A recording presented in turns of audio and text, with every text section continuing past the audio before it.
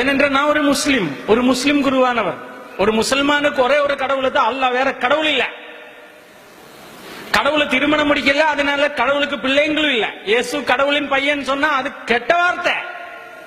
கடவுளுக்கு பொண்டாட்டி இல்ல, பின்னப்படி ஒரு பையன்.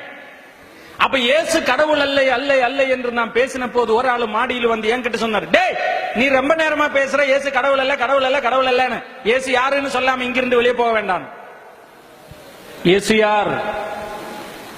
ஒரு முஸ்லிம் மசூதியில் இயேசு கடவுள் அல்ல என்று நான் போதனை கொடுத்த போது ஒரு ஆளு கேட்ட கேள்விதான், இயேசு யாரு?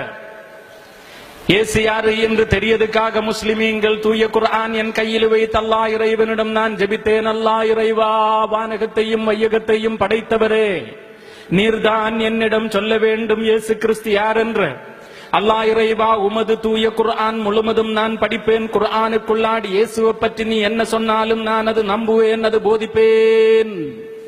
அல்லாஹ் இறைவனிடம் ஜெபித்து நான் குர்ஆன் ஃபுல்லா ஓதினேன். 114 அதிகாரங்கள், 6666 வார்த்தைகள். குர்ஆன் முழுவதும் நான் படித்த போது குர்ஆனுக்குள்ளாடி இஸ்லாம் மதம் உருவாக்கின நபி நாயகர் முஹம்மதுக்கு பேரு 4 இடங்களில் நான் பார்த்தேன். சத்தமா சொல்லுங்க, எத்தனை இடங்களில்? ஆனால் அந்த செய்யும் குர்ஆனுக்குள்ளாடி இயேசு கிறிஸ்துவுக்கு பேரு 25 இடங்களில் நான் பார்த்தேன். குர்ஆனுக்குள்ளாடி எந்த பொண்ணுக்கு பேரும் நான் பார்த்ததில்லை. நபிநாயகர் முஹம்மதுக்கு 24 மனைவிகள், ஆனால் ஒரு மனைவிக்கு பேரும் குர்ஆனில் இல்ல. நபிநாயகர் முஹம்மதுக்கு அம்மாவுக்கு பேரு குர்ஆனில் இல்ல. ஒரே ஒரு மகள் பேரு குர்ஆனில் இல்ல. முசல்மானுக்கு குர்ஆனுக்குள்ளாடி ஒரே ஒரு பொண்ணுக்கு பேருண்டு, இயேசுவின் தாயாய மரியாள் என்ற ஒரே ஒரு பொண்ணுக்கு பேர். முஸ்லிமீன்கள் குர்ஆன் 3வது அதிகாரத்துக்கு பேரு மரியாளின் குடும்பம், 19வது அதிகாரத்துக்கு பேர் அதிகாரம் மரியாள். மரியாளை பற்றி ரொம்ப விஷயங்களை சொல்லணும்னு எனக்கு ஆசையா இருக்கு, ஆனா இப்போ அதுக்குள்ள டைம் இல்ல. நான் இயேசுவை பற்றி குர்ஆனில் உள்ள விஷயங்கள் உங்களுக்கு தெரிய வைக்கிறேன். உங்க வலது கை மட்டும் மேல தூக்குங்க, எல்லோரும் அப்படியே கை தட்டுங்க. உங்களுக்கு ஒரு கை தானே இருக்கு, கை தட்ட முடியாதல்ல. பக்கத்தில் ஒரு சும்மா கை வச்சிருக்கிறது, அந்த கையில தட்டுங்க. அதுதான், அப்படித்தான் கை தட்டணும். Okay, good. 2 கை தூக்கி எல்லோரும் சத்தமா சொல்லுங்க, ஹalleluya. ஒரு முறை கூட சத்தமா சொல்லுங்க, ஹalleluya. இந்த 5 வார்த்தையில் குர்ஆனில் 10 விஷயங்கள் கூறினார். சத்தமா சொல்லுங்க, எத்தனை விஷயங்கள் கூறினார்? இயேசு ஆண்டவன் வார்த்தை, இயேசு ஆண்டவன் ஆவி, இயேசு பிறந்து 2வது நாளில் பேசத் தொடங்கினார். 2வது நாளில் பேசத் தொடங்கினார். விவிலியத்தை உலகத்துக்கு கொடுத்தார். சேறினால் உயிருள்ள பறவையை படைத்தார். இயேசு நோயாளிகளுக்கு குணம் கொடுத்தார். இயேசு இறந்தவருக்கு உயிர் கொடுத்தார்.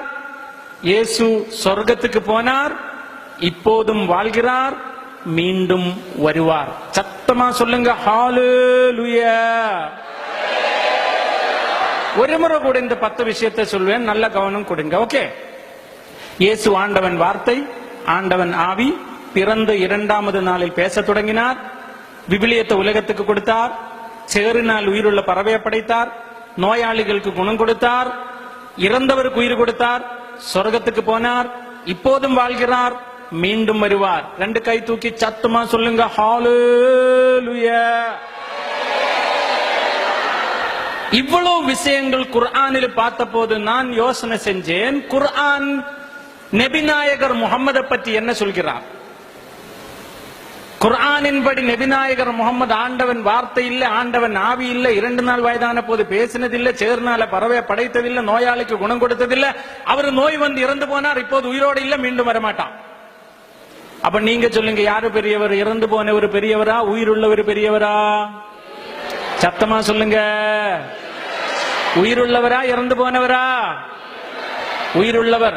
ஒரு நாள் நான் என் குர்ஆன் என் நெஞ்சுக்கு மேல வைத்து அல்லாஹ் இறைவனிடம் சொன்னேன், அல்லாஹ் இறைவா, உமது குர்ஆனின் படி இயேசு கிறிஸ்து உயிரோட வாழ்கிறார், நபி நாயகர் இறந்து போனார். அல்லாஹ் இறைவான், நான் ஏற்றுக்கொள்ள வேண்டது யாரை? இறந்து போன நபி நாயகர் முகம்மதையா, உயிருள்ள இயேசுவேயா?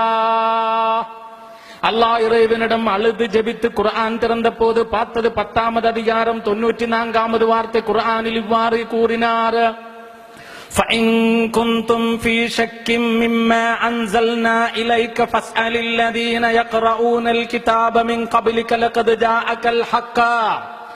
நான் உனக்கு கொடுத்த இந்த குர்ஆனுக்குள்ளாடி ஏதாவது சந்தேகங்கள் இருந்தா நீர் போய் பைபிள் வாசிக்கணும், அல்லது பைபிள் வாசித்தவரோடு கேட்டு படிக்க வேண்டும். அப்போது உன் சந்தேகம் உன்னை விட்டு தூர போவார். முசல்மானுக்கு குர்ஆனில் எழுதியுள்ளார், உங்களுக்கு குர்ஆனுக்குள்ளாடி சந்தேகம் இருந்தா நீங்கள் போய் பைபிள் வாசிக்கணும், அல்லது பைபிள் வாசித்தவரோடு கேட்டு படிக்கணும்னு குர்ஆனிலே எழுதியுள்ளார். அப்ப நீங்க சொல்லுங்க, நான் என்ன செய்யணும்? பைபிள் படிக்கணும். சத்தமா சொல்லுங்க, என்ன செய்யணும்? சத்தமா சொல்லுங்க, என்ன செய்யணும்?